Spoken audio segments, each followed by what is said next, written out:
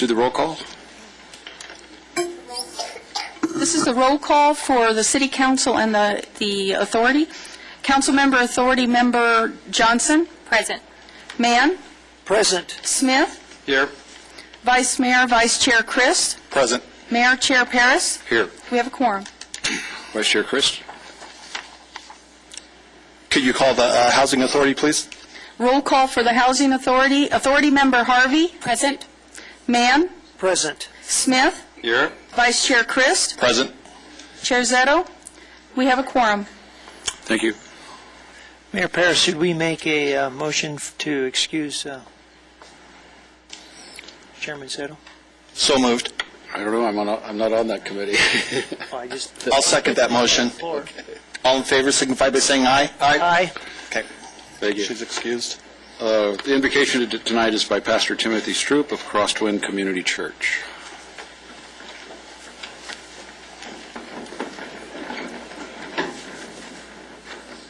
Let's pray. Gracious Heavenly Father, we invite you into this meeting tonight, and we thank you for your continued blessing on the city of Lancaster. Lord, we thank you for the continued safety in our streets and for all those that are serving to keep it safe, Lord God. We pray that you will guide them and keep them. Lord, I pray for wisdom and discernment upon our mayor and our city council members tonight and the decisions that they have to make. And we thank you, Lord, as they make those decisions, they will make them according to your word, that they can be blessed and provide opportunity and peace for the citizens of this town. Lord, we thank you once again and ask your blessing in the name of Jesus Christ, our risen Savior. Amen. Amen. Do you want to do the pledge of allegiance? Sure. Okay, everyone, please place the right hand over the heart and begin. I pledge allegiance to the flag of the United States of America and to the republic for which it stands, one nation, under God, indivisible, with liberty and justice for all. Thank you. Thank you.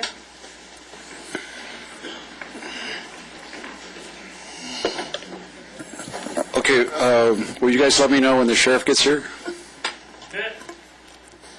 Okay, thanks.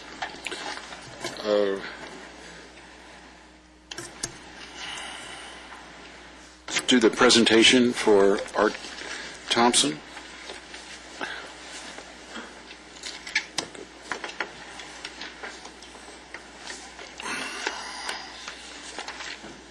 Do we have a video? Oh.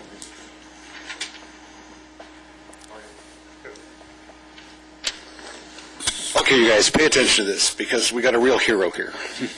This is incredible. I mean, truly incredible. Well, wait a minute. I got to tell you who he is first. He already knows, apparently. Art Thompson has more than 40 years of experience in leading-edge innovative designs which have contributed to major milestones in the aerospace industry, including development of the B-2 stealth bomber and other aircraft. Today, Art is CEO of Sage Cheshire Aerospace, Inc. and president of, couldn't you have done that better, A2 Inc., which he co-founded right here in Lancaster. He played a pivotal role in the world-renowned Red Bull Stratos project, which on October 14th, 2012, successfully proved that a pilot flying 128,000 feet in a pressure capsule could exit in free fall. This will be the first time that a person in free fall broke the speed of sound without the use of a vehicle and returned safely back to Earth from an altitude of more than 24 miles. Wow. That is superhuman.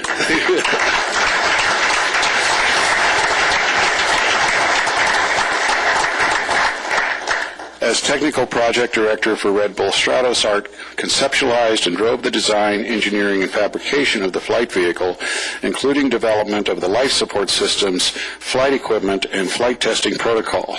He was responsible for program management and handling of the mission's critical technology, as well as assembly and oversight of the entire Stratos project team.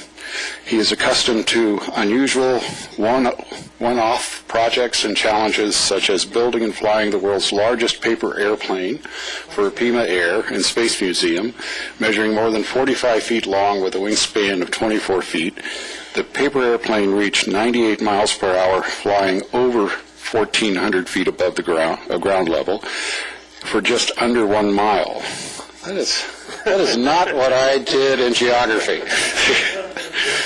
We are proud to say that this cutting-edge innovation was developed right here in Lancaster. We have a short video we'd like to show highlighting the infamous jump from space. I don't think that's the right word. I think infamous would not be. Who did infamous? Anyway, that wasn't me. On behalf of the city of Lancaster, we'd like to well, let's play the video.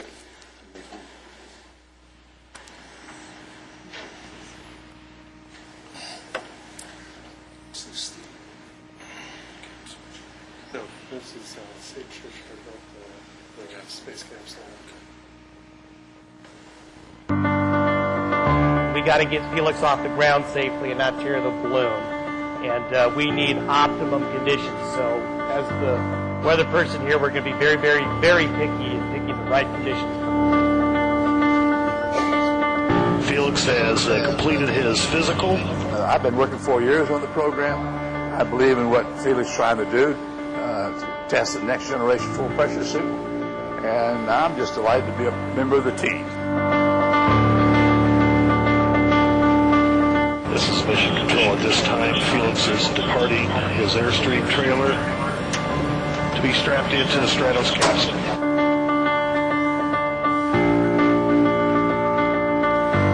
I will assess the situation again. We will not start inflating as soon as the balloon's completed laying out. So there'll be another small hold. T-minus 1 hour, 13 minutes. We're going to go on hold. Chuck Yeager was the first man to go supersonic in an aircraft. It was 65 years ago, and I think it would be just absolutely wonderful if we could get Felix to go supersonic without an airplane on the same day that Chuck Yeager flew supersonic in an airplane. At this time, we have begun balloon inflation. Capsule systems are green, instrumentation's green, payload's green, medical systems are green.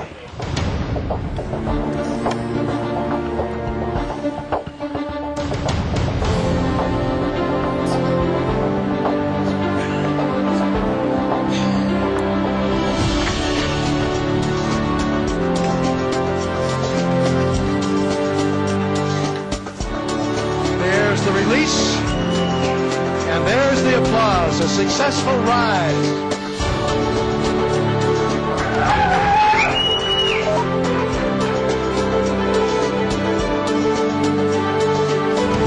This is Mission Control. Felix's current altitude is 25,300 feet.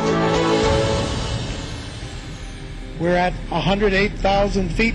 There is an issue with the heat in the faceplate. Mission for the time being is continuing as the team considers what are the options. So the decision has been made. Baumgartner will jump.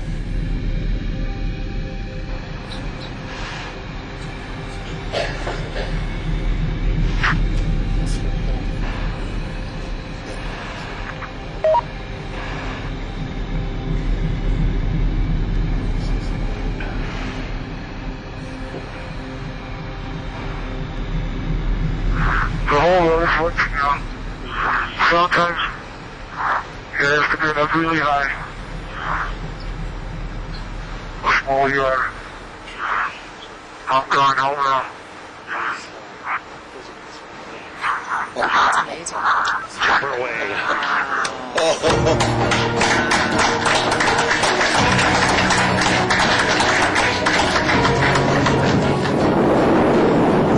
Speed 650 miles per hour.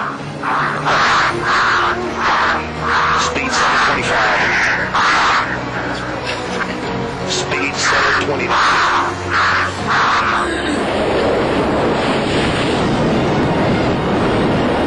Felix at a stable descent.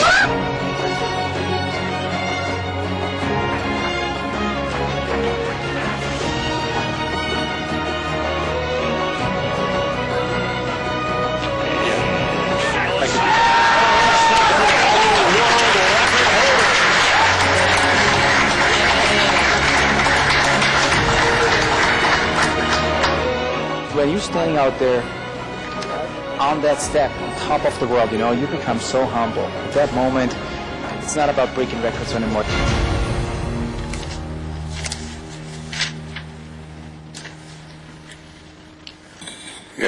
I was meeting with Stu Witt.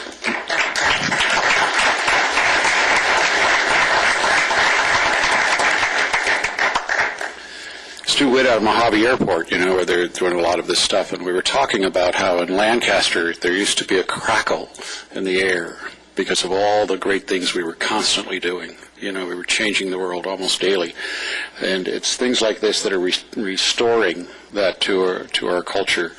And on behalf of Lancaster, I can't tell you how proud of this we are. Just going up in the capsule and surviving is really quite an accomplishment. To actually jump was unbelievable. But let's get some pictures.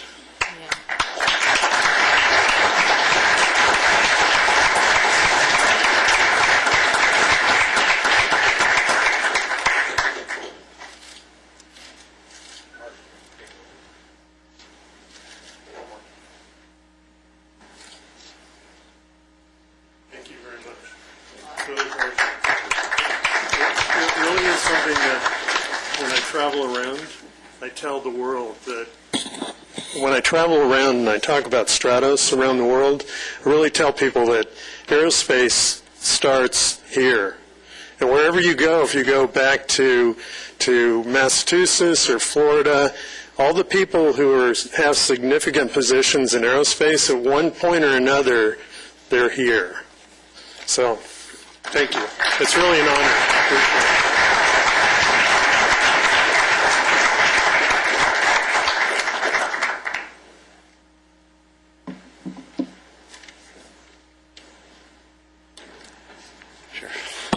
The sheriff thinks he's here just to help us say goodbye to Bob Johnson and welcome in the new captain.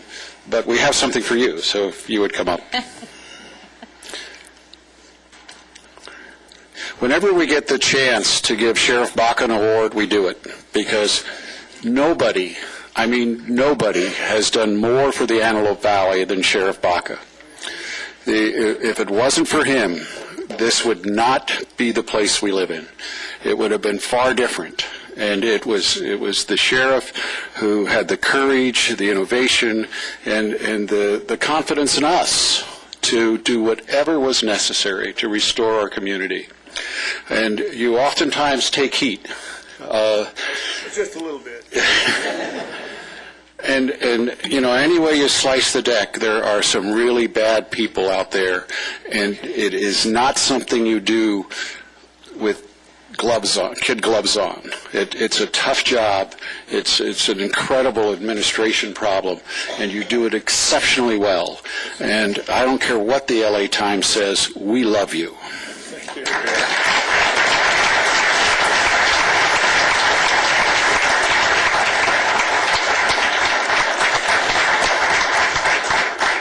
Up here with me. We've lost Captain Johnson. Bob, why don't you come on down? Where are you?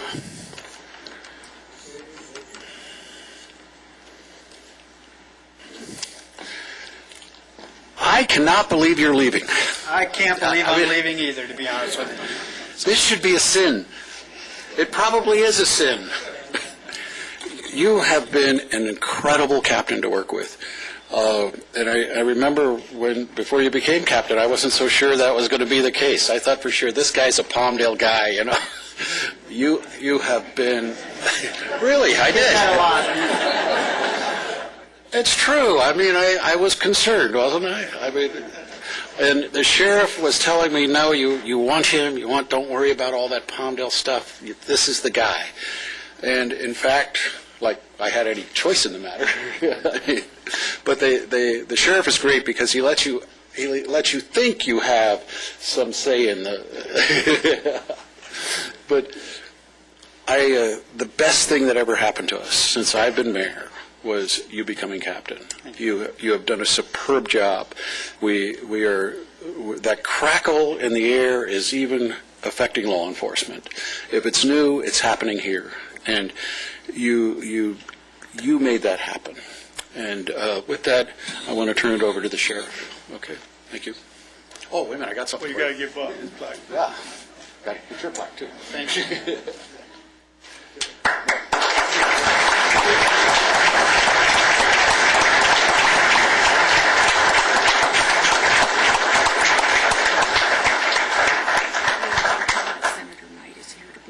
Well, certainly honored to be here in this great city of what I call inspiration. Undoubtedly, the gentleman that was honored before, Bob and myself. Thank you, Mayor. You know, I always like to, you give Kenny Rogers a little run for that handsomeness there. You know, it's fun to think about what this valley means to America. And I really appreciate the gentleman that you honored earlier, Mayor, because, you know, the aerospace industry is such a critical part of the historic inspiration of this part of America. And we're not only a part of L.A. County here, we're a part of the entire country. And the best and the brightest of our future who inspire us to excel and reach for the stars or the moon or Mars are from here. This valley has the ability to take you far places in your mind and your imagination. And the space here is plenty of room to think and plenty of space to operate. And so I just want to pay tribute to your leadership here, Mayor, yours and the council and all the community members that are blessed to have this place to call home. Our great cities together are doing well. But undoubtedly we have a milestone, and Captain Johnson's leaving, and he's got a wonderful wife. I'd like her to come up here and stand by you, because she deserves to be in the picture as well. Retired lieutenant from the Sheriff's Department. And I also like the fact that Bob and I go to the same barber. And it costs more money to have the kind of haircut he and I get than the regular one. And people are always happy because they believe that we're a real deal to get a haircut. So, Bob, you know, a grateful Sheriff's Department, a grateful Antelope Valley, and a grateful city of Lancaster, as well as a great city of Palmdale, which you've had the privilege of working in both, which is a very unique historical part of your success. I talked to him at great length, and he went through a lot of agony to make his decision to go north. But let's face it, south is where it's at. And yet, I think it's wise that you were here, and I know you dedicated your entire life and heart to this community. And so on behalf of the men and women of the Los Angeles County Sheriff's Department, this is the award that we give for folks who worked hard for a long time and made a big difference. And the men and women of the Los Angeles County Sheriff's Department join with me to provide you with this tribute that hopefully you will always remember way into your future. God bless you, and thank you, and best of luck.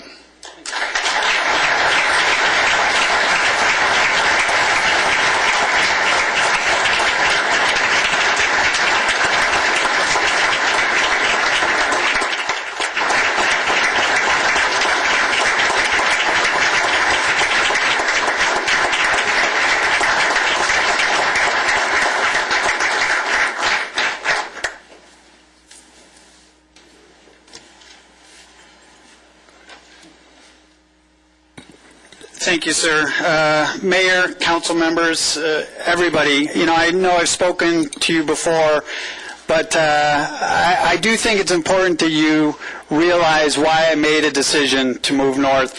What most of you don't know is I grew up in Northern California. That's where I was born. That's where I was raised. That's where my parents are, my brothers, my cousins, my aunts and uncles. And I moved to Los Angeles. I came south because it was the promised land 30 years ago, realizing I needed to understand what life was really about. And the experience I've gained in the last 30 years of living in Los Angeles have been tremendous. But really my selection as the chief of police for the city of Menlo Park is a testament to this community, because it is this community is the reason they selected me, not me. Trust me, they put me through an IQ test, and it was not due to the intelligence. But it was due to what I've been doing with this community, our engagement, our collective efforts over the last several years is intrigued them. They were captivated on how much we've done here in the Antelope Valley, and specifically here in Lancaster over the last couple of years, to the point where the city manager decided, well, before making his final selection, he wanted to see it firsthand, and he flew down here, met with the city manager, met with community members, went out, looked around at what we were doing, and that was the selling point. And I give credit to one of the community members. I've already told her this. It was because of her that really sealed the deal, is that when he heard from a community member what we've been doing in the last couple of years to be proactive, to make this a better place for everyone, was the selling point. He wanted that for his community up there. So again, my selection is, yes, an honor for me, but it's really an honor for this community because of what you've been doing and what I've always said. Lancaster is the most supportive community I've ever been part of, both from the mayor, the council members, the residents, the men and women that work for the sheriff's department. You couldn't ask for a better group and a more committed, collaborative group to make this one of the safest cities in America. And I say one of because now I have to make Menlo Park the safest city in America. But thank you for everything that you've done and all the support. And again, thank you for this moment. It's been an honor. So.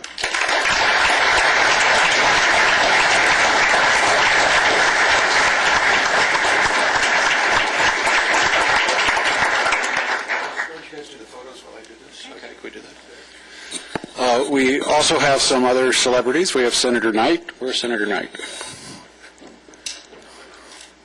Senator Knight's not here. Oh, that's bad. Okay, good. We also have Bobby Denham from the Palmdale Station. Now, he tried really hard to get to Lancaster. I mean, he tried. He just couldn't get there. But you can see what you need to do to be captain. It has something to do.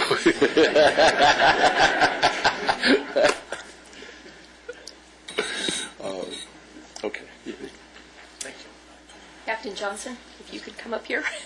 On behalf of Senator Knight and the California State Legislature, it's an honor to present this to you and to thank you for everything that you've done for the city of Lancaster and for the citizens, and just to wish you the very best in your new endeavors. So thank you very much. Thank you very much. Thank you.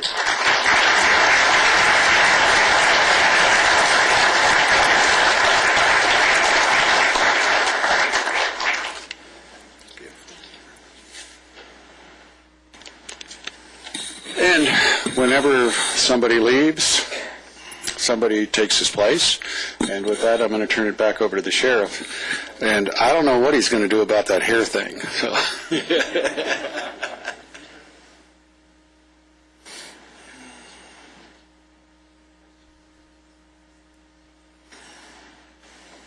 Well, ladies and gentlemen, all good things return in droves. I'd like to say that in the departure of Captain Johnson, I consulted with him longly, and I also consulted with your great city manager, and I asked him to consult with the mayor, and we went through a process of inclusiveness as far as how we would go about finding a replacement for Bob. And we have. And when I say that things do come back in droves, if you're doing the right things, the new promoted captain that I'm about to pin a badge on, his father and I worked in a radio car together in East Los Angeles in 1966. Now that tells you how long I've been around. Hey, is that Mike? Is that you? Hey, you better get on up here, man. You better get on up here. I want you to be a part of this. I think he looks great.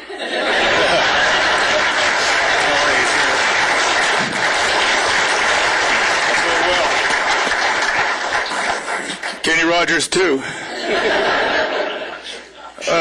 This gentleman here was a big surfer. You know, the Beach Boys and all that stuff. When we were out there, he was all over the place. I don't know how you survive those waves. I don't either some days.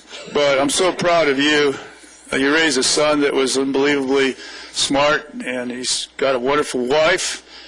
But the thing I love about is how they raised their son. We had our Martin Luther King celebration not too long ago here, and his son was up there with part of the rest of the society celebrating that very historic birthday. So you know you got someone that cares about people, loves people, and teaches his son to care and love about people. And so what I've got here, if I may, Lieutenant Nelson will become a captain right here in the City Hall.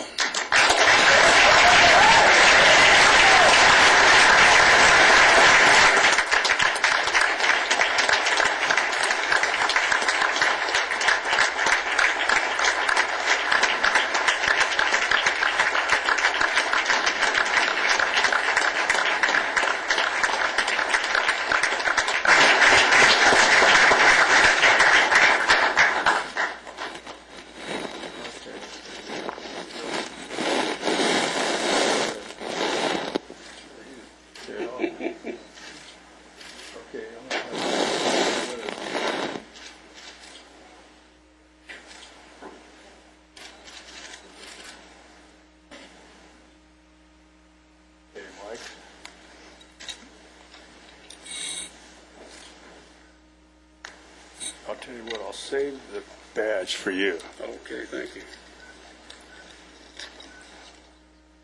I got it.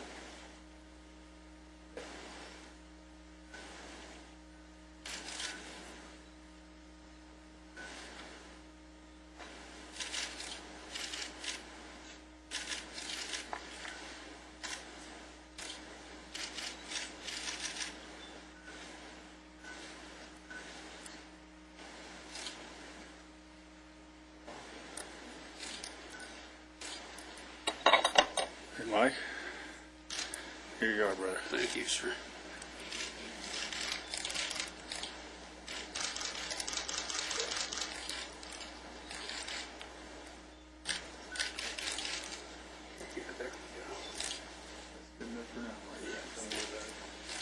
Congratulations.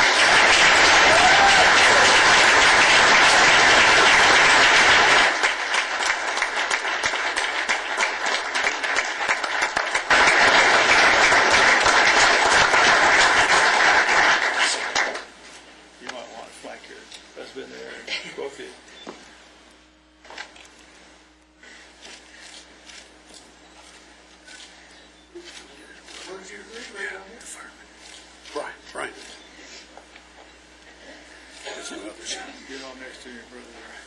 That one's back everybody just about 3 feet. So he has it. Okay, go ahead. All right, Mr. Mayor. Where do you want us to look?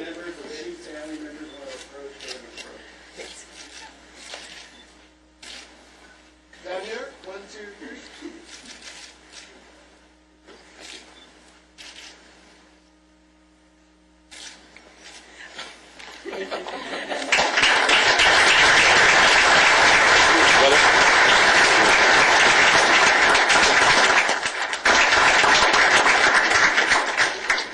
Mr. Mayor, I get to say something? Absolutely. Before I turn it over to our new captain, remember what he has to do.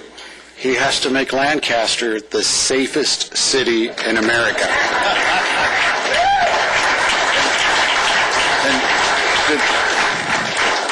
Despite all the discussion and all about how that selection process goes, it is the one selection process that we really pay the most attention to. And nobody had any reservation about you being the person for the job. And that goes from the sheriff all the way down, everybody in the city. We're looking forward to continuing this journey. Thank you. Thank you, sir.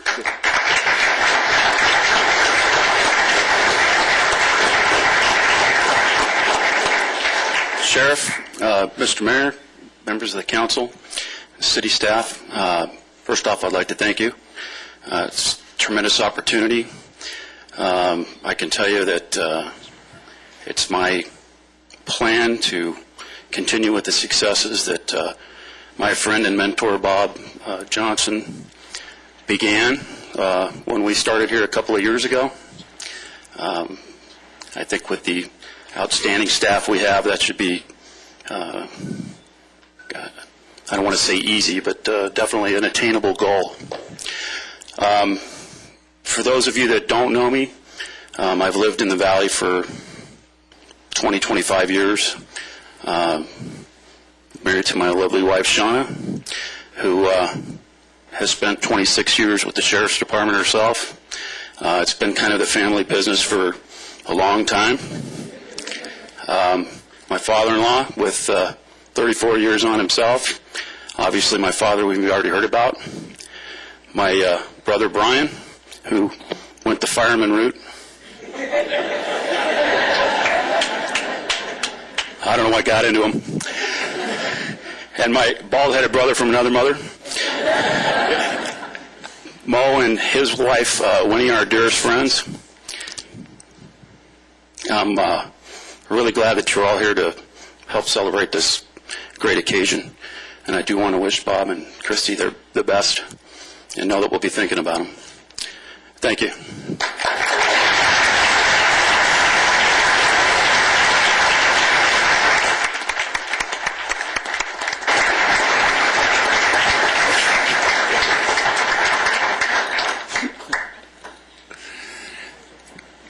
You know, you want to hold on to that badge. The sheriff kind of took ours away.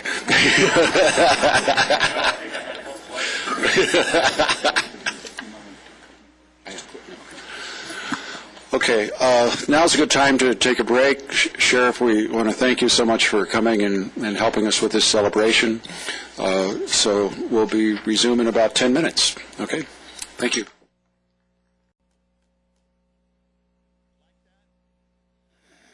That's how we run things, right, Ron? We're going to call the meeting back to order. City Manager, are there any items to be removed? No, Mr. Vice Mayor. Please note that addendum PA-NB 101 will be heard immediately following PA-NB 2, and PA-NB 2101 is the ground sublease with U.S. Topco Energy for the construction of the solar generating facilities. We'll go to the Housing Authority. Do we have any speaker cards? No. Okay. Do we have a motion to second to adopt the regular meeting? So moved. Second. All in favor signify by saying aye. Aye. Opposed? Motion passes. So ordered. New business. PA-NB 1. Mr. Bozigian.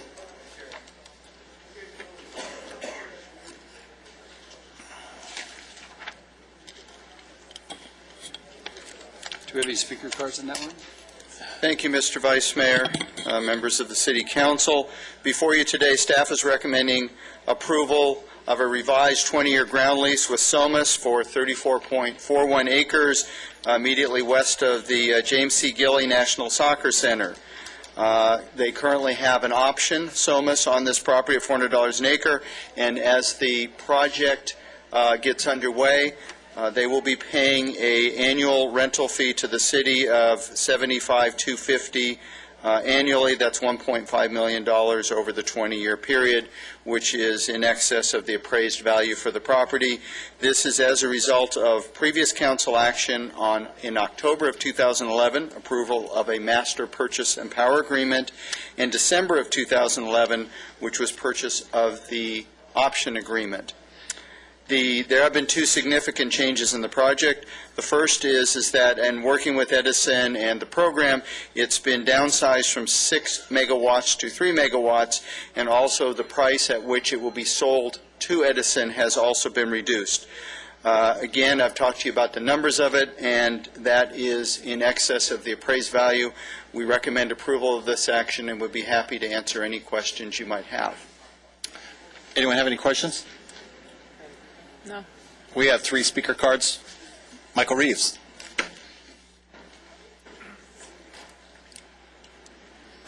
Mr. Chair, Power Authority members, when this originally came up for agreement, I opposed it on the premise that it was by the Lancaster National Soccer Center, and I was concerned about the impact of the solar panels upon the children that play in that area.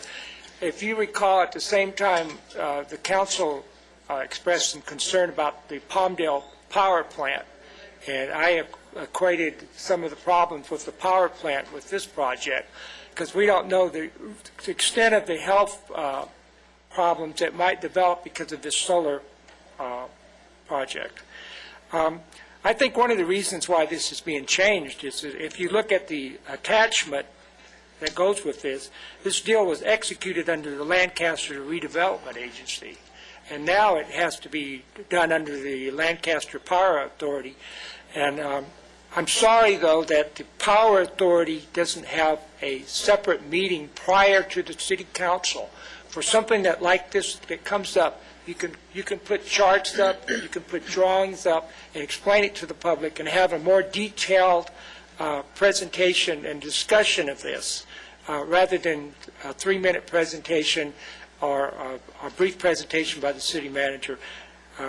I think we need to, instead of having all these agencies combined, it would behoove us to have a separate meeting prior or after City Council meeting on Power Authority actions. Thank you very much. Thank you, Mr. Rees. Just a comment that city staff is always available for you if you have any questions for them prior to any of the meetings. So take advantage of it. Andrew Nieto.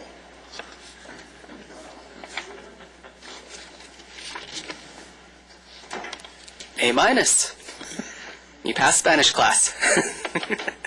Anyway, so I'm not necessarily opposed to solar projects. I'm excited to see the Antelope Valley become what seems to me and what the media has at times addressed as a national leader in renewable energy. I'm absolutely in favor of that. I love to see all the wind and solar that we get in this valley. Sometimes I look at night off towards Tehachapi and I see all those red blinking lights and I just get a good feeling.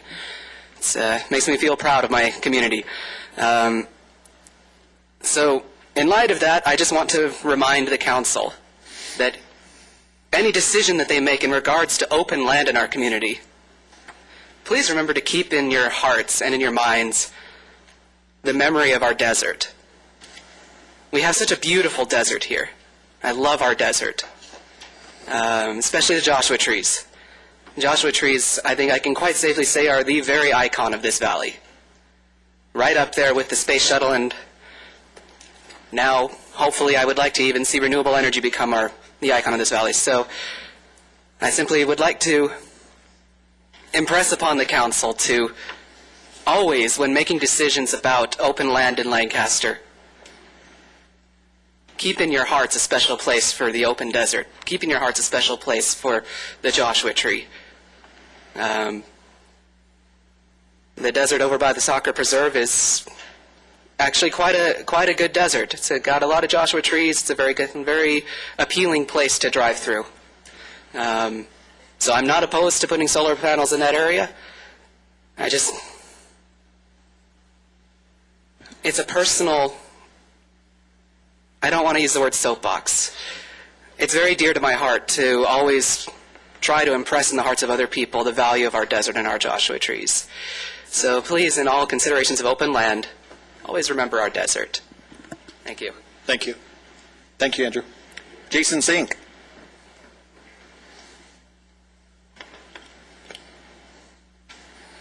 Yeah, Jason Zink. I'm in favor of the solar project. I was just wondering, are these the solar panels that are like by Kaiser, or the ones like by the West Side School District that made all the house homeowners upset? Do you know? They're definitely not like the West Side ones. They would be more akin to Kaiser and its solar field of that nature. Okay, and the other thing was, I was just wondering the price per acre, how it dropped 75%, but yet the kilowatt was only 10% reduction. I understand everyone needs to make a healthy profit to make the project sound, but a little bit about that. And because this probably $2,100 figure will probably be the price that everyone will use in Antelope Valley, that you're setting a precedent. And also a bike path. Have you guys ever thought about that from the soccer field to Lancaster Central Park? maybe putting a bike path through there.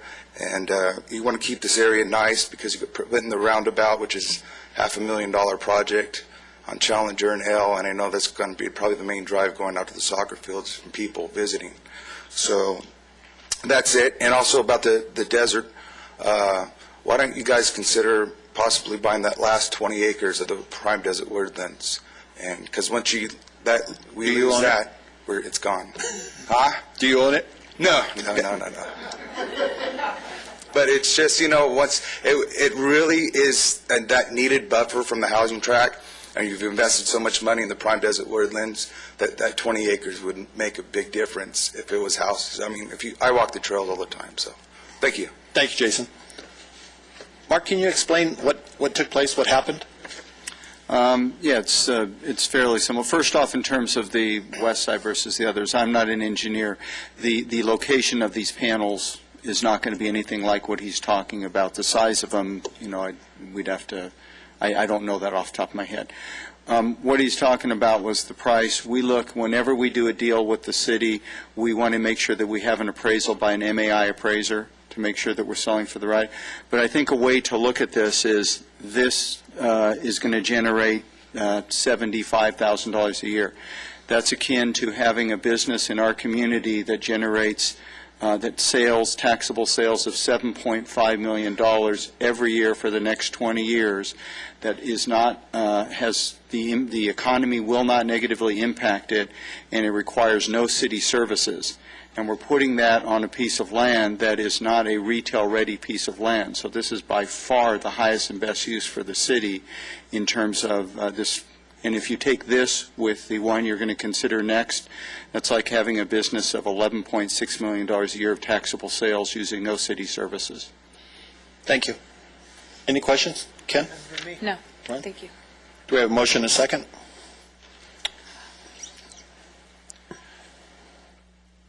I'll move that we accept the recommendation on the 20-year ground lease. For PA NB1? Correct. I second. We have a motion and a second. Let's vote.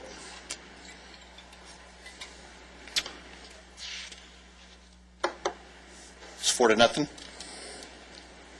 Let's move on to PA NB2. Mr. Wojcicki?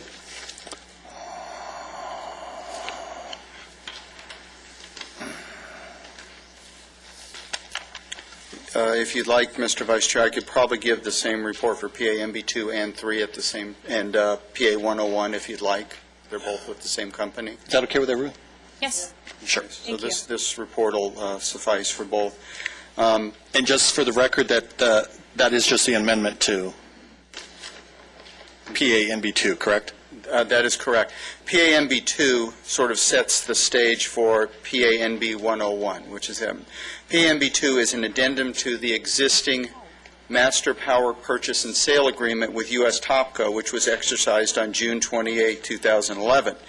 It does not change the agreement. What it does is it allows for renegotiation, which you'll be considering in the next item, based on the fact that this was redevelopment land, and because of the dissolution of redevelopment, we have to make amendments to the agreement. So this amendment, the addendum you're considering on this item, would allow us to negotiate a sublease with U.S. Topco, conditioned upon the Department of Finance at the state ultimately approving a lease in our property management plan, which the successor agency will be putting forward to the Department of Finance towards the middle to end of next year.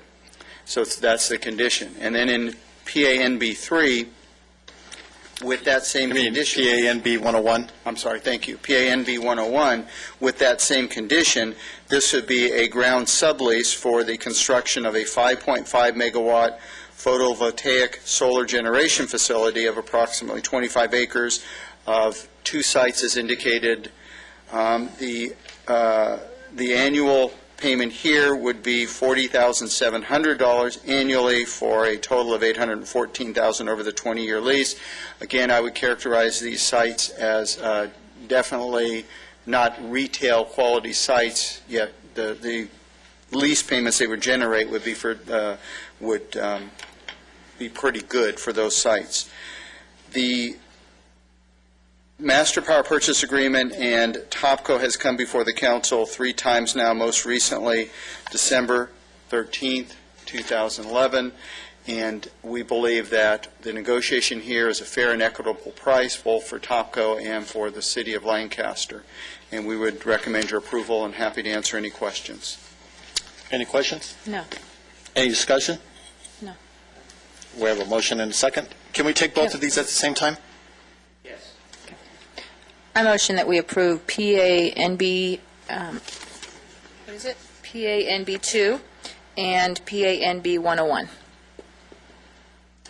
I'll second that. We have a motion and a second. Let's vote.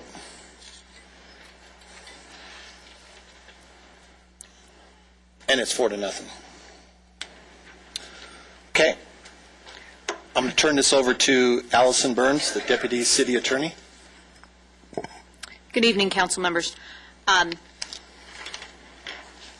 Yesterday, I was contacted by representatives of the Department of Justice regarding the status of their investigation into the Section 8 matter pertaining to the cities of Lancaster, Palmdale, Los Angeles County Housing Authority, and the County Sheriff's Department. The Department of Justice representatives advised me that they are close to concluding their Section 8 investigation. They believe that their statute of limitations with regard to any action they might take against any of the parties may soon run. They want to be able to have time to negotiate with Lancaster if needed. They have not made any decision yet as to what approach they will take with regard to Lancaster, those options being no problems being found, they would simply go away.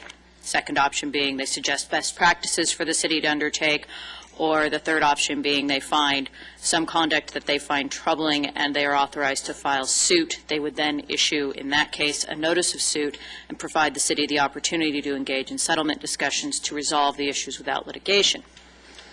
The reason they called me yesterday is they are asking for a 60-day tolling agreement to toll the statute of limitations with regard to bringing suit against the city of Lancaster if necessary, which decision they have not yet made.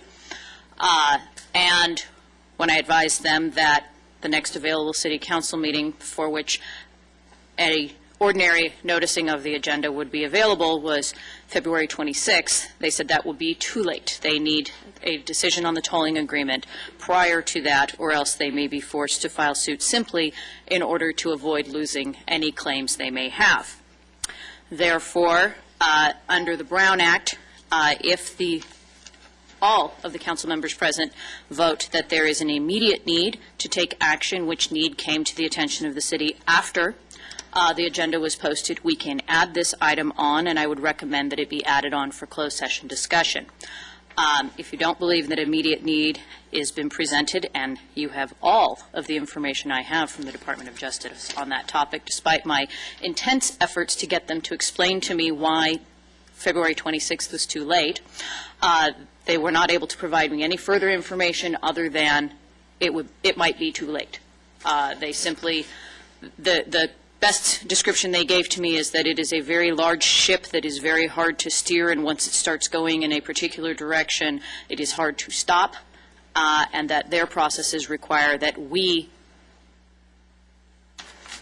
take extraordinary action to add this to our agenda tonight, which I do recommend we do, because I would not want the city to incur costs with regard to litigation that might be avoided if we give them 60 days to straighten themselves out.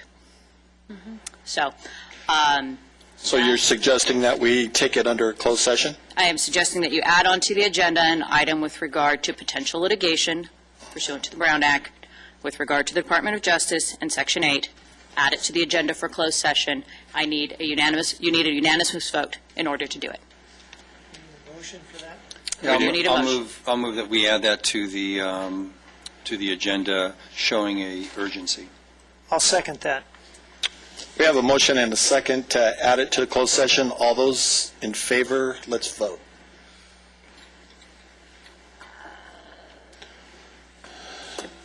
It's 4-0. We'll take it up in closed session. Okay, council actions minutes. No speaker cards. We have a motion and a second for... Move to adopt. I'll second that. We have a motion and a second. Let's vote.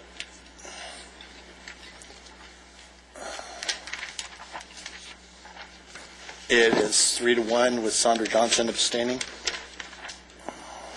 Consent calendar. We have 2 speaker cards, one on CC3, so I'd like to pull that, and CC4. We'll pull that. Anything else the council would like to pull? Seeing none, do I have a motion and a second? Move to adopt the consent calendar as currently comprised. I second. Let's vote. We'll take CC3. Michael Reeves.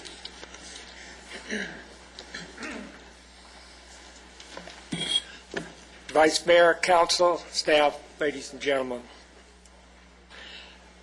I oppose removing the sunset provisions on the ordinance that created the Design Planning Commission, the Criminal Justice Commission, and the Architectural and Design Planning Commission.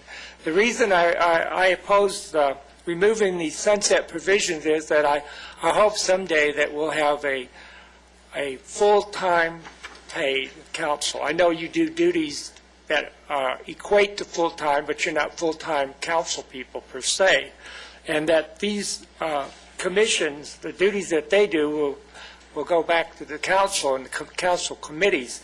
So I'm fearful that if we get into the mode that we're going to make these permanent, when the time comes that we have a full-time council, there'll be some conflict. So I favor keeping these sunset provisions for these and not just waiting to the time when it can be changed at the leisure of the council. And as I mentioned last time I got up here and spoke about this, if you noticed underneath the description of the ordinance, it's an editorial type thing as the practical matter, so on and so on. And I mentioned that type of editorializing doesn't belong in the discussion of an ordinance. It should just have the ordinance at the top. We don't need somebody to explain to the public what it means. So therefore, I'm hoping that the council will not remove the sunset provisions and will not adopt this ordinance. Thank you. Thank you, Michael. Maria, is it Paisano?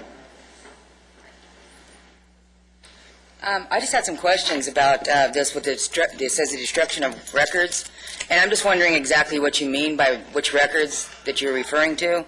I'm just wondering if it means any type of all records without like any remaining access or review of any of those records at all. Are those records saved to anything, or is it just destruction of all those completely, or can those records, certain records, still be accessed and reviewed if in fact they need to be, like if there's some kind of a case or litigation or something that has to do with anything, reputation of someone, anything that's damaging to the well-being of people, both like monetarily or physically or anything like that? Are any of those records still available? Do you have any other questions? I have some for later, yeah. I have some other ones, but... I'm listening. That's... there's just some other issues that I have also. I don't know, I put it in the regular agenda if you want me to talk about it now. What other questions do you have, and then I'll ask the city manager to... Well, this has some questions that has to do with our gas and electric bills and some other things that have been going on as well, with what we're exactly paying for in this city, but... Sounds like it's non-agenda, which I believe she put in a separate card. Yeah, the records that I'm asking about, there was a whole list of them. And there seems like quite a few. I mean, it seems like it's just about everything that can possibly be gone. I mean, they're saying that they're destructing all these records. Now, is that anything that anybody can access as far as, through anything has to do with the city, the schools, anything? I mean, to what extent are these things? Let me explain how this works. It works that you can make a comment, you can ask the questions, and then we're going to ask the city manager to answer those questions. But it's not a tit-for-tat kind of conversation that we should have. I wanted to elaborate any more on that. So you're done. What's the answer to that as far as records go? Are you done? Yeah. Okay. You can have the seat. Okay. Mr. Bozian. Yes, I'm going to, in general, there, you have a record destruction policy and the records that about serve their usefulness, but I'd like our city clerk to respond to that, and then Dave can also, if you'd like, as well. Actually, the city manager hit that right on the head. They have served their usefulness. The election code does state that any documents that have reached their retention shall be destroyed. There would not be any access to them. They've served their purpose. There is a time limit on these. There's a time limit. We follow the election code put out by state law, and it's certainly not all records right now. We follow a retention code, and each department provides us with what has reached.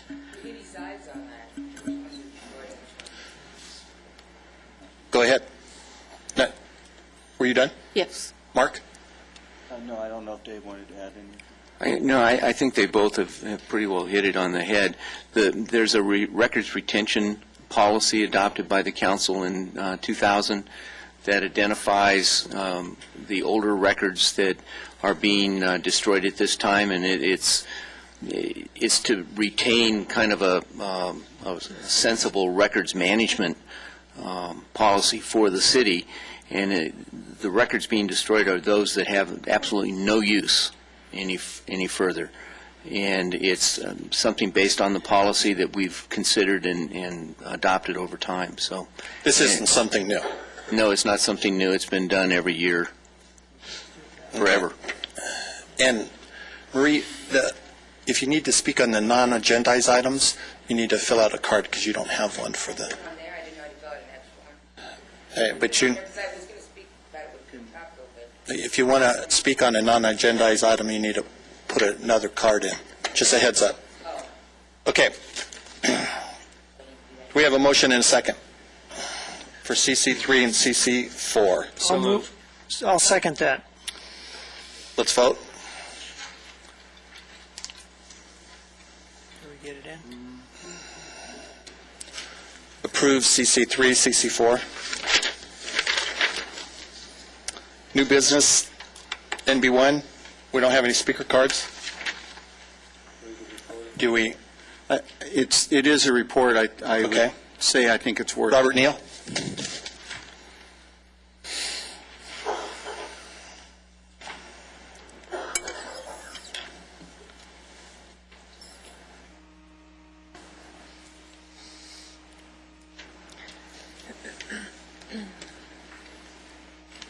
Good evening, City Council. I've been asked to give a report about the success of the Building Incentive Stimulus Program. This month marks 3 years since the program began.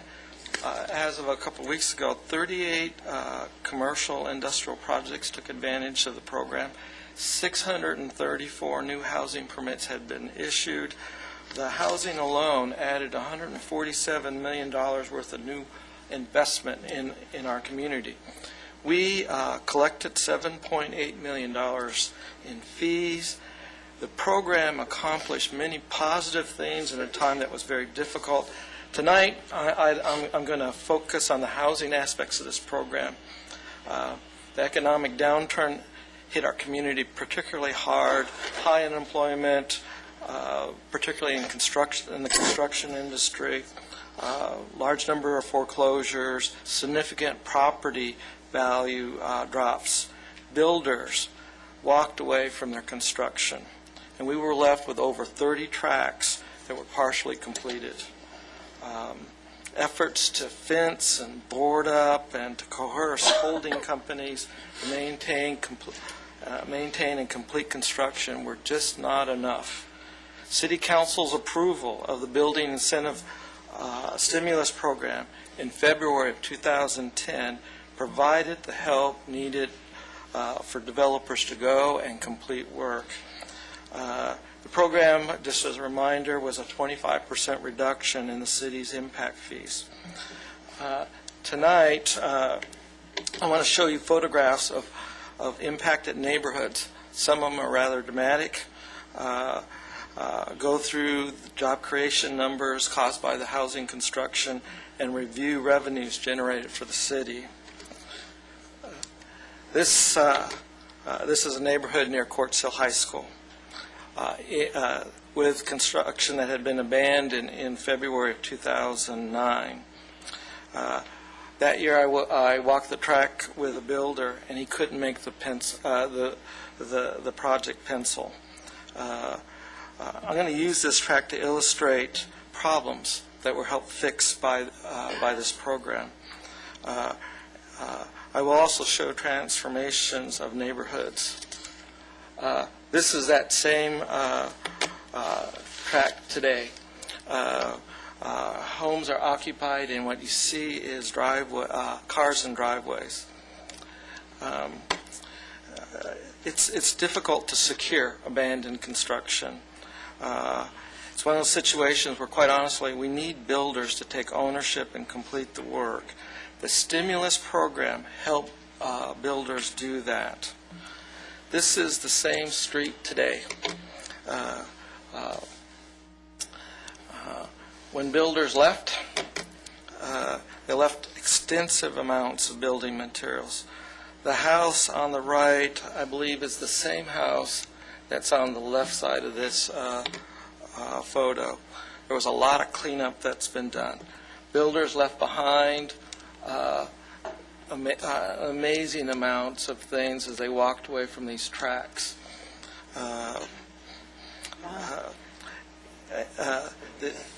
These things that were left behind attracted thieves.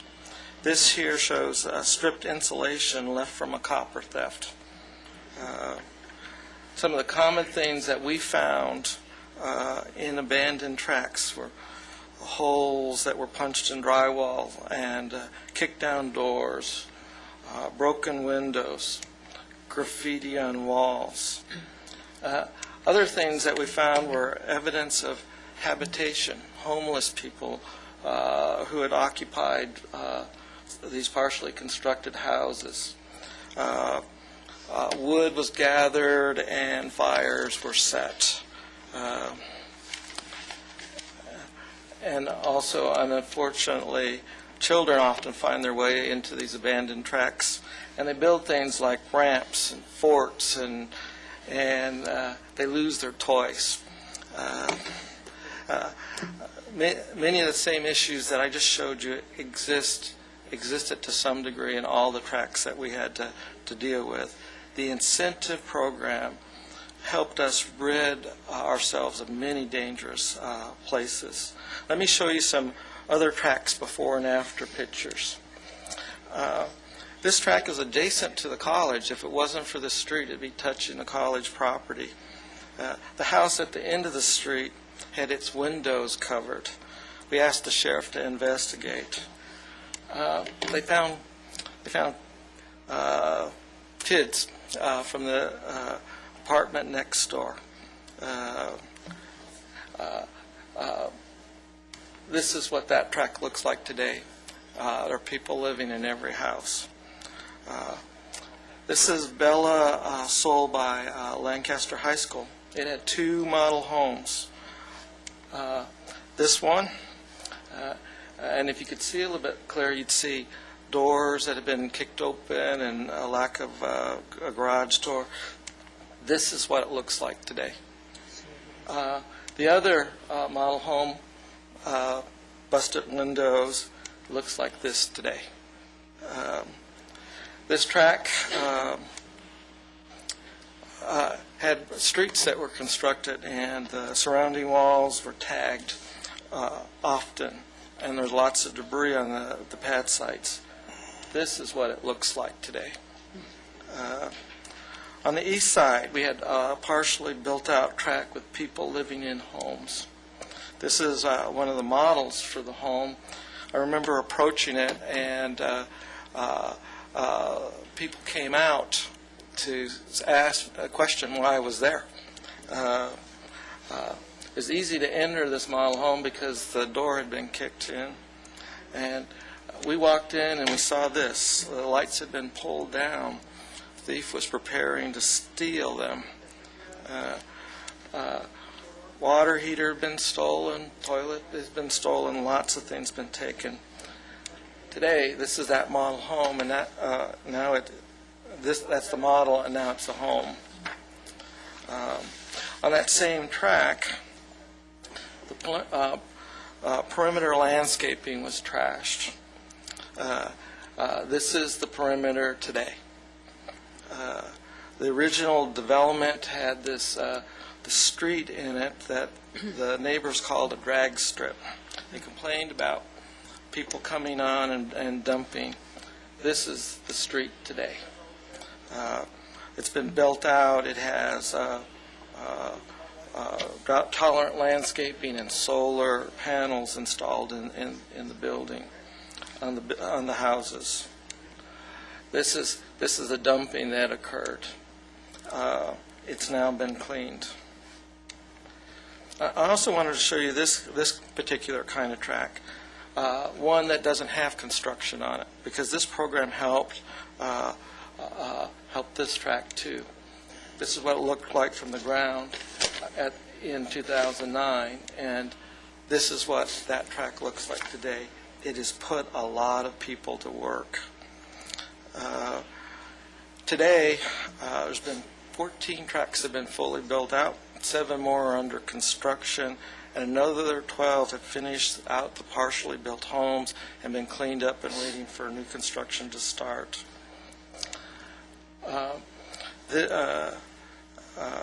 This is a painter this morning going to work in one of the tracks. And here's another track where construction's going on, and that was taken this morning. 634 houses that were issued does not include the completion of houses that had building permits on them and the work is stopped. By National Association of Home Builder estimates, every house creates 3 jobs. Half of those jobs are not in construction. 634 houses added $147 million into the city's tax base. The program netted the city $7.8 million. Money that was used for was used to pay for direct services, which has helped fund our staff. And it's also money that's funded investments into our community, improvements into our community. In fact, I just want to end with this one slide that shows the construction of a basin that was much needed at M and 32nd Street West. This project was funded with some of that money collected from the developers, and it protects Valley View School and the surrounding neighborhoods from flooding. Before this project, we'd have to station crews out there during heavy rain events to prevent channels from failing, and I know of at least one house in the older neighborhood that received flooding.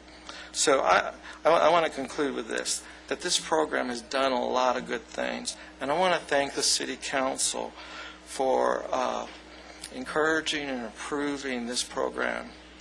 I'm available for questions. Thank you. Who are some of the builders that have taken advantage of this? We have had a number of builders, 7 different builders. I would say the primary partaker in this program was KB Homes. They've done such an outstanding job. I just want to kind of acknowledge them. The one track that had the solar features was a KB track. Are the builders that are building this, are they passing that savings on to their customers? Yeah. Those savings have been what it's take to make projects feasible. And so, you know, I guess I would say home prices are as low as I've ever seen them. They're good deals. Builders are not making a whole lot of money, if any money at all. I really believe most of the builders that have taken advantage of this program have done it to keep people working. And I've noticed that several other cities have taken your idea and run with it and are now using the same program. And congratulations.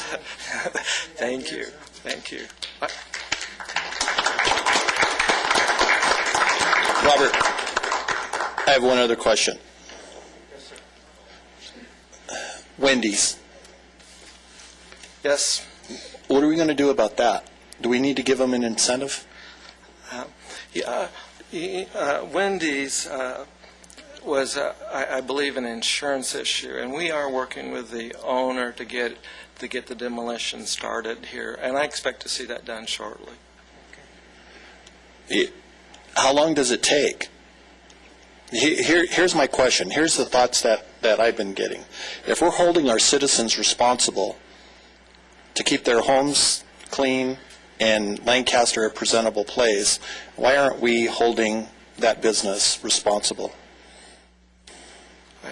I believe we should hold businesses responsible. Can we expedite it a little bit and make sure that they don't get any favors? I don't really care if it's an insurance problem. It needs to be fixed, or we'll fix it. We will do that.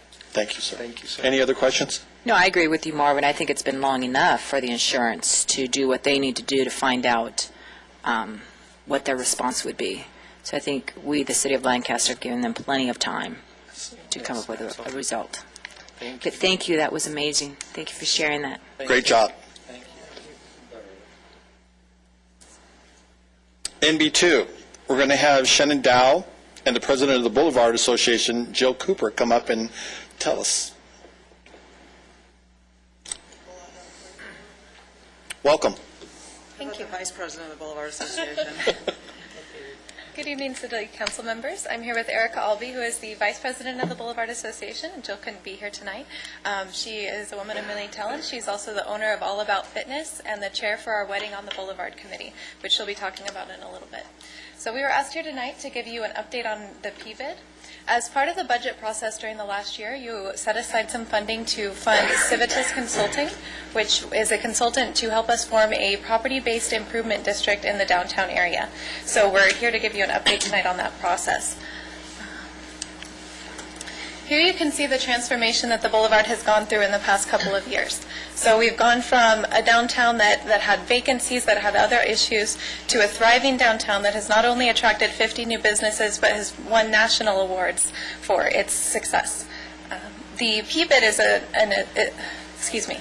PBID has always been a part of the vision for the future of our downtown. Many sustainable downtowns are funded through PBIDs, and this is the next step in the evolution of our boulevard. So what is a PBID? It would help to understand what we have today, which is a parking and business improvement district. This was instituted in 1989, and the fees and structure of this haven't changed since then. We have the Boulevard Association, which is the governing structure, and that is composed of downtown merchants and property owners. So today we collect about $25,000 in fees, and that's tied into the business license fee that the merchants pay. And it's very difficult running everything we do in that kind of budget. So we're really looking for a way to increase the budget. We went to the downtown conference up in Sacramento, and one of the things that I found out was that we're operating on just, pennies compared to some of the other cities that have put in some amazing programs. And as a business owner down here, I represent, I think, the voice of what I've gotten from the other business owners, and that would be that we need more things like more cleaning services, more security-type services, because the Sheriff's Department can only do so much, and a lot of the cities that we met up there had security, private security that they would bring in as well. The other thing that impressed me so much was the advocacy programs for like dealing with homeless situations and things like that. In Sacramento, they have a program. I think we have a picture, don't we, of they have these downtown guides, which is great tourist-wise, but it was an amazing program where they actually will meet and talk to and humanize the homeless population, and they've helped people get back to lives that they didn't even know they were missing from and things like that, because there's a large mental illness capacity or portion of it that creates a lot of the homeless. And it was just very impressive to see that there was a city that was dealing with it in a way that wasn't just brushing it under the rug. And so the PBID would enable us to do more things like that. So the PBID would also shift the burden of the fees from the merchants to the property owners. Of course, they would likely be charging the merchants in the end, but that would mean that People with existing vacancies would also be assessed for this, and all the assessments would be based on the benefit that that particular property is receiving from these services that we would be providing.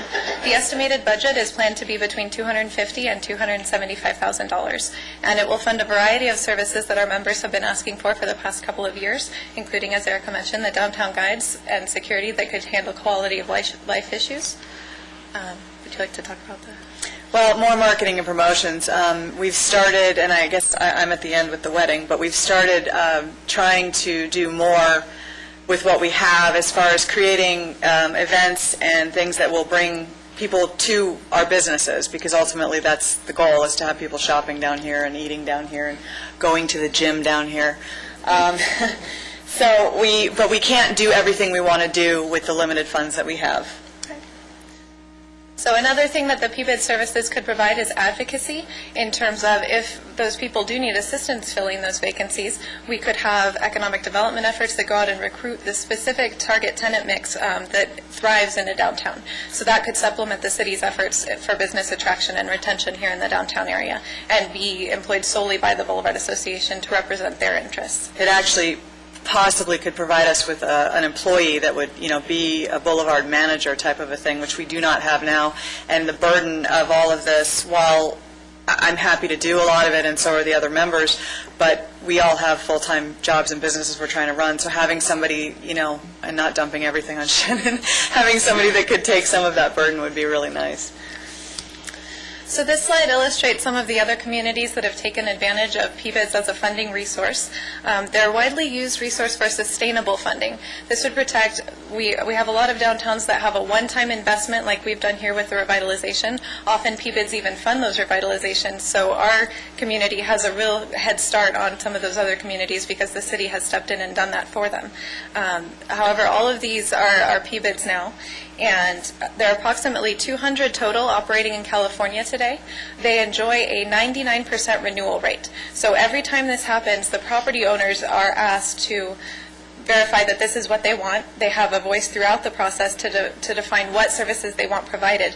And then when these sunset, 99% of them are renewed. So that shows that 99% of property owners believe these are useful in the services they provide. So this slide shows the formation process. We launched in October with the early stages of initiation, and from November through March is the consensus building and education. So we began in November with outreach meetings. Every property owner in the Boulevard received an invitation to come to our outreach meetings. So we held one in the daytime and one at night to help accommodate their schedules. Each of them was fully informed about what we're planning to do, why we're planning to do it, and asked to provide their input as to what services they want to see received in return for this assessment. So the stage we're in now is revising the plan. Our consultant has put together a draft management district plan based on the input received from those businesses, and we are in the process of working with the merchants and with internal city staff and soon the city attorneys to revise that plan and ensure that it meets all of our needs. Following this, we'll go into the petition preparation stage. This is a little bit similar to the TBID process that we just went through. Before we come back to you at City Council to get your approval on moving forward with this, we'll have in hand more than 50% of the property owners saying, yes, this is something we want to move forward on. So this is in no way something the city's imposing on. This is for the property owners and by the property owners. And I believe that just in general, speaking to people, it is something that most of us want, even if we don't own the building. But my landlord, for instance, definitely wants to be part of this. And for the record, her my landlord is Scott Ehrlich. So he's been very involved in the process, and we've made a point for those who own a significant percentage in the downtown to reach out to them, to meet with them individually and really get their feedback, because they will be paying a higher portion of the assessment. So next after that will be petition collection, and finally Prop 218 will require a balloting process. So even though we'll know at the petition stage that more than 50% support it, we'll need to get 50% of the vote back in order for it to be actually implemented. So we'll have a couple of trips to City Council for that. And now I'll let Erica talk about the wedding on the Boulevard. So this is an event that was thought of, it's got to be a year ago now. We are modeling it a little bit after the Today Show wedding, being that it's a free wedding that a couple's going to win, and they kind of have to get what what they get. So, but we've actually picked our couple. We, as a panel, had narrowed it down to 5 couples, and then we had a panel of local media people, and they all independently voted. They weren't even in the same room. They all did it via their own computers. And so the couple is picked, and I actually wanted to extend an invitation. I know Sandra Johnson will be with me in the morning. We're doing the press conference to announce the couple. They are a wonderful couple. We're very, very excited. The wedding is going to be on June 1st. We have a tremendous amount of the Boulevard businesses participating. We have everything included, from the bridal shower, bachelor, bachelorette parties, all the way through. We even got a honeymoon donated in a beach house in Ventura. So we're very excited about it. It's going to be an interesting and fun process. The couple is on board with the fact that this is our first time, and they're going to be working with us to create the plan. But we're really excited about the publicity that it can create for the Boulevard, the fact that all of these businesses are participating, and that we literally can create a beautiful wedding right here on the Boulevard without leaving and going off the Boulevard at all. We have every service that we need.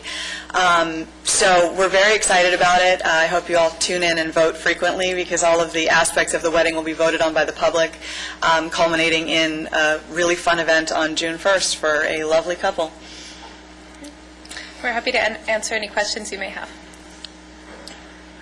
What's the Chamber's feeling on the PBEB? The Chamber has attended our outreach meetings and has been generally supportive of that. They are a property owner, and we've focused primarily on the other property owners within the downtown. Okay. When you said, did you say, and I'm sorry if I misunderstood, $250K a year? Yes. Would that increase with time, or would that be the goal every year? As it's set up now, if this is enacted, it would be a 5-year program, and the governing board, which would be representing each of the property owners, would have the opportunity to raise that 3% each year to be consistent with inflation and rising costs. However, they do not have to do that. Okay. So. Okay. We do really want to make the point that the existing bid was created in 1989, and the fees have not increased in all that time, and here we are in 2013, where we know a dollar doesn't stretch even closer as far as it did then. So we need more, and we want to do more, and we have a beautiful downtown to do it with. Okay, thank you. Nice job. Thank you so much. And we'll see you tomorrow. Council reports. The Sanitation District, Mr. Mann. We met, this is my November meeting. I think that's when is that when I got sworn in as chairman? But obviously I took over the reins of the Sanitation District from Mayor Ledford, so I said now as the chairman. And we approved the normal monthly rudimentary expenses that the Sanitation District incurs, and that's pretty much the highlights of things. Are you working on the rates? Yeah, trying to keep them down. We just did a recent meeting. I came up with an idea when I took that one trip on trying to use technology moving forward. I actually had the staff take a look at the thought process of burning sludge to run to offset some of the energy cost at the local sanitation district. But my recommendation, we're about 2 to 3 years ahead of time, and the first test facility is going to be built in Florida. Should be finished sometime this year, and we'll begin to see the results of it.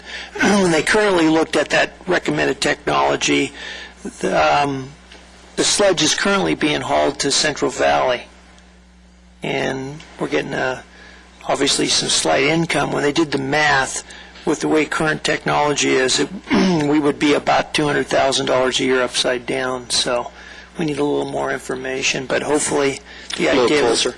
Yeah, hopefully we'll at some point in time we'll be able to use it as a commodity and reduce costs to operate the sanitation district. Mm-hmm.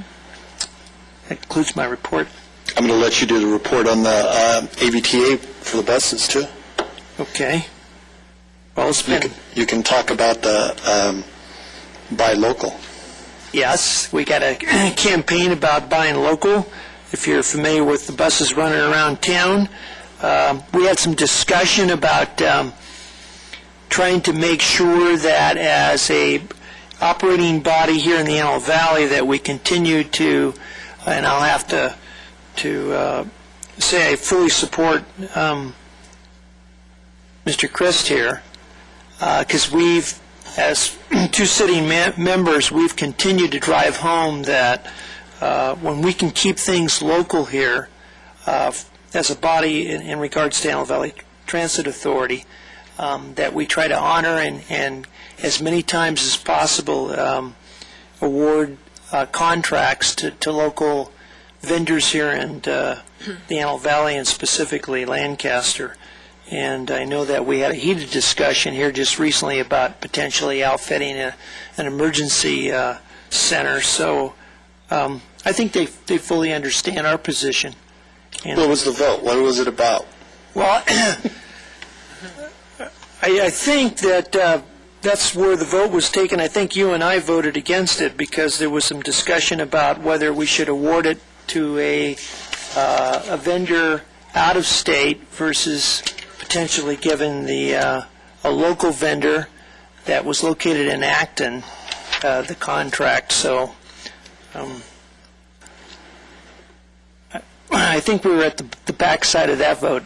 I think it went the other way. I think our neighbors to the south decided that they were in a better position to give the contract out of state, and that's unfortunate because, again, everybody understands the significance of the unemployment level in the valley, and to me, I thought that was shameful that we had somebody take the majority vote the other direction, and ultimately we didn't prevail, but hopefully in the future we will.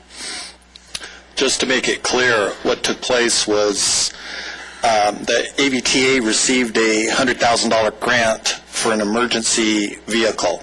That emergency vehicle, that grant we received in, I believe it was March of 2012.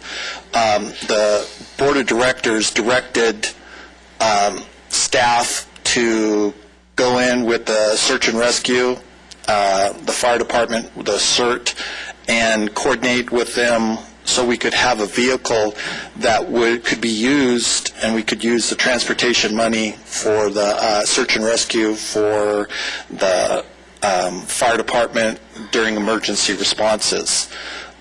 Somehow that didn't take place. We received several bids locally. AVTA didn't receive those bids. We made a motion that we reject those bids and that we buy local. What took place was we actually sent $100,000 to a different state to buy a trailer. And both members on the AVTA from the jurisdiction of Lancaster voted no, that we wanted to keep that money in town. So we're doing our best to make sure that all the local money stays here, and so it's a trying time. Yeah. Well, hopefully this next go-around will prevail. Lancaster Financing Authority, no action required. The successor agency, no action required. City Manager. Just one announcement, sir. I think this is pretty cool. The Utility Services Division has received over $470,000 worth of grant funding from Cal Recycle to support various recycling activities. Well, Cal Recycle came out to the city to visit the recycling center, which you may not know, but ours is the state's first 24-hour recycling center. And so they wanted to see how it was working. They were so impressed, they sent additional people out to look at it to be a model for the rest of the state. They want other cities to replicate it. Then they looked at the amount that it's taking and informed us that our recycling center receives more used oil than any center in Los Angeles County. That's keeping it out of gutters, lots, and everything. And based on that, they gave us an additional piece of equipment, an industrial crusher. They're going to fund that, and they're going to look favorably on expanding it to the east and west side of the city too. So I think that's pretty cool, and it's really making a difference in keeping the community cleaner.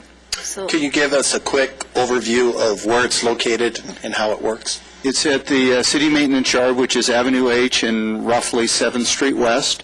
You go through the parking lot, there's signs there, and you go in, you turn left, and you have a whole bin of things that you can drop e-waste off.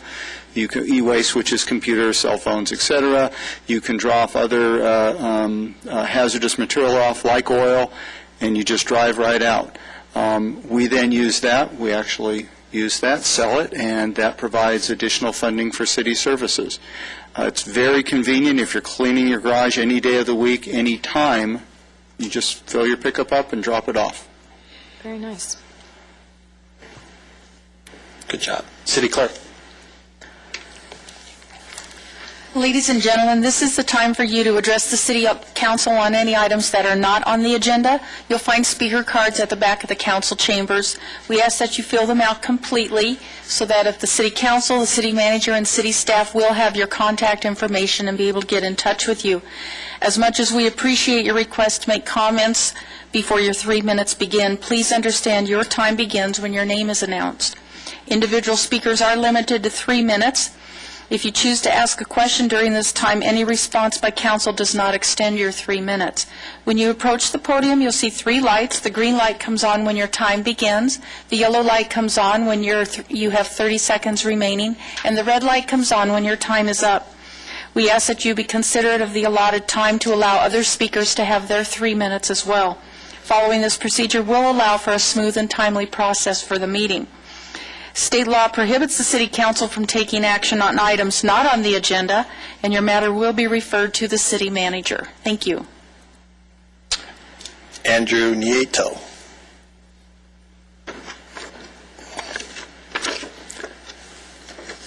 Now that was an A.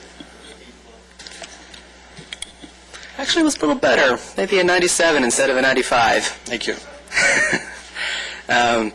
I had a recent experience that was not pleasant. I'm an avid bicycle rider. Even when I'm driving, when I'm not driving, I still, as much as possible, use my bicycle. I was riding down Avenue J8 between 15th Street West and the freeway. It was nighttime, and I collided directly with a very large asphalt rock. Person and bicycle went flipping in multiple directions. It was really quite a crash. And I went looking around afterwards, and I noticed there were several holes in the road. So it occurred to me, there have been times in the past of this city, if I understand correctly, that's not the present way, but there have been times when, because of budget necessities, road maintenance has gone to a lower priority. So I wanted to bring it to the council's attention that right now, the council is working on improving bicycle access citywide. Probably the most visible part of that is the green bike lanes that are showing up in various parts of the city. So as long as we're proceeding with a citywide bicycle plan, road maintenance is absolutely essential to that. It's one and the same. You cannot separate them. Because as long as there are problems with the road, the bike lanes will be dangerous, especially at night when you can't possibly see the rock coming up right in front of you. I have pictures, digital pictures, that I can show you afterwards if you would like to see them, that show the size of the rock. It was quite sizable, and I definitely felt the crash when I hit it. So I would really like to stress the importance to the city that as long as we're proceeding with a citywide plan for bicycles, road maintenance is absolutely part and parcel of that. A car can go over a rock and generally be without a problem. A bicycle cannot. And it will, because of the location of the bike lanes, generally, it will be in the bike lanes that these large rocks that come out of the road will show up.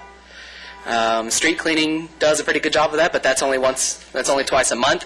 So really the absolute best way to keep to keep road debris out of the bike lanes is to stay on top of road maintenance. So I just want to advise the council that having a bicycle plan and having road maintenance are one and the same. Thank you.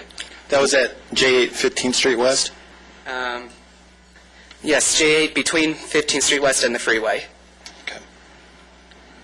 So on that note, since we are a team, I'll help you out a little bit here, Marv. Muchas gracias, señor Andrew Nieto. All right. There you go. Okay. Jason Zink.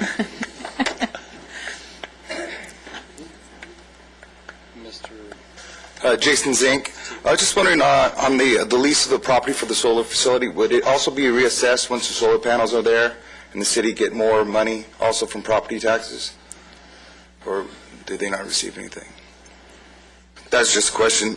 Also, sanitation district, I was wondering if the West Side, if they would be interested in relocating the solar panels of the West Side Union School District to sanitation district property out there on H, and also maybe, get 100 more of them and to bring down the costs of energy out there, because out there it doesn't matter what it looks like, really.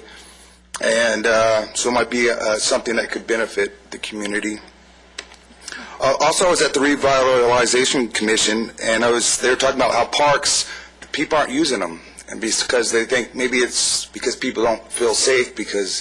So I was thinking senior citizens don't receive that much money. How about hiring senior citizens to be park rangers? Also, you're talking about getting on Wendy's, but how about let's invite the Wendy's CEO to meet Arx Paris. Maybe we can build 4 more Wendy's in the city and create some more jobs. Can local contractors also use a recycling center? And are they notified that they can? Also, the cell towers, is there a way to get cell phone companies together and to make sure that we have strong signals throughout the city? Because there's nothing more frustrating right now than dropping phone calls, especially when you're talking to investors. Also, street sweeping. The last 2 weeks of the year don't give people tickets because they have people coming from out of town and there's not enough parking. So where do family members park? Like 5 people of one family got ticketed from the street sweeper. And if somebody's painting a house, a developer, and the street sweeper enforcement officer sees him, go around him. He's working. Also, I was at City of Palmdale, and because they had Jackie Fisher there from the college, and regarding the Palmdale site. Okay, I've gone to Palmdale, the college board. This 60 acres that they bought $5 million cash for at the height of the recession when everybody was scared as hell. They spent $5 million, gave it away. Basically, they should have thrown the money out the air. This site is undevelopable. And I'd like to see the city of Lancaster do something about it, because those kids and those single parents aren't getting a college education that should have been built 20 years ago. The Bushnell project, well, that was a 10-year mess-up, and that was on the earthquake fault. Now they bought a piece of property on the earthquake fault, and there were so many. I showed them 8 sites, 100-acre sites, that they could have put the college in Palmdale, and they didn't. So please, try to do your best to do that. And there's also some things on Avenue J and 20th for the bus AVTA for you guys to consider. There's no park benches out there. Thank you. All good comments. Thank you. Thank you. Maria.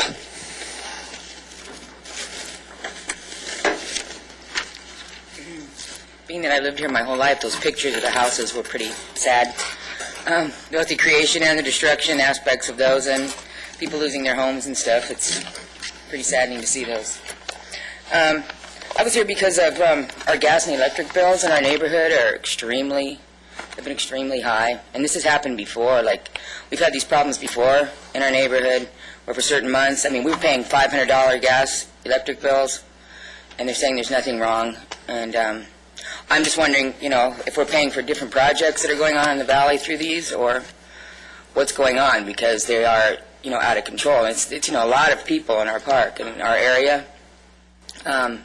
So I would like someone to look into that to see what the situation is with that, why our bills are so high. And what someone else was talking about with the development of the hospitals out there, the Kaiser. If those, like I said, if the projects that are being developed and built, if we're paying for those, that's what I would like to have answered to, maybe.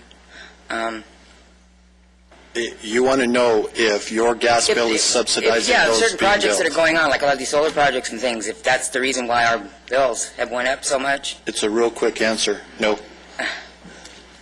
Okay, so what could be the reason for that then? Insulation. Well, like Leave I the said, I've doors seen, open. you know, There's you've seen some of the homes and how they're putting more money in to redevelop those homes and things like that. Now that money has to be coming, somebody's paying for that. Yeah. So I, would appreciate somebody doing something with helping with that, because we keep paying all these outrageous amounts for these And you had the things. opportunity to call the gas company and electricity Oh, yeah, well, company? they've come out and checked, like, we had problems with, some gas leaks and everything, and they came out and said there was no problems. Our heaters and stuff had blown up, caught on fire, some of our electrical outlets. A lot of people around us, in the same area have had the same problem.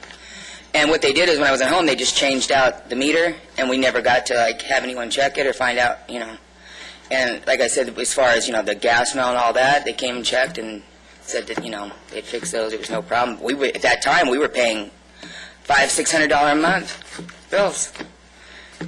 So, Can you call them again and see if they'll... yeah, they've come out They'll and respond just to you. recently again and checked. But like I said, it's sometimes, and then I'm on the CARE program, which seems to make it even more expensive. Like, it's more expensive with that. So there's a real problem. There's so maybe someone else can come and check that and see what's going on with that. I mean, I know, but I don't know how to fix it, Okay. Appreciate it. Okay. Thank you.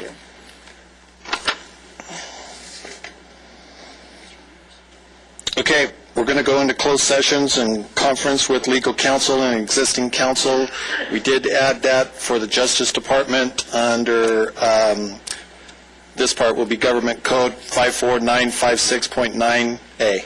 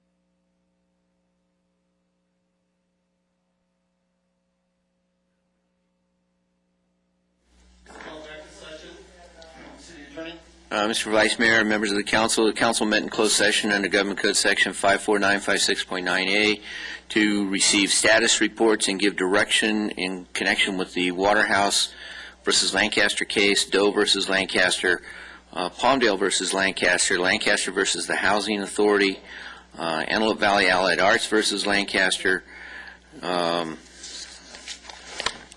the Department of Justice that was added to the agenda. It gave direction and received status report. No other action was taken. Thank you. Any comments? No. Comments? Okay, the Housing Authority meeting is adjourned till February 26, 2013 at 5 p.m., and the City Council meeting is adjourned until Tuesday, February 26 at 5 p.m.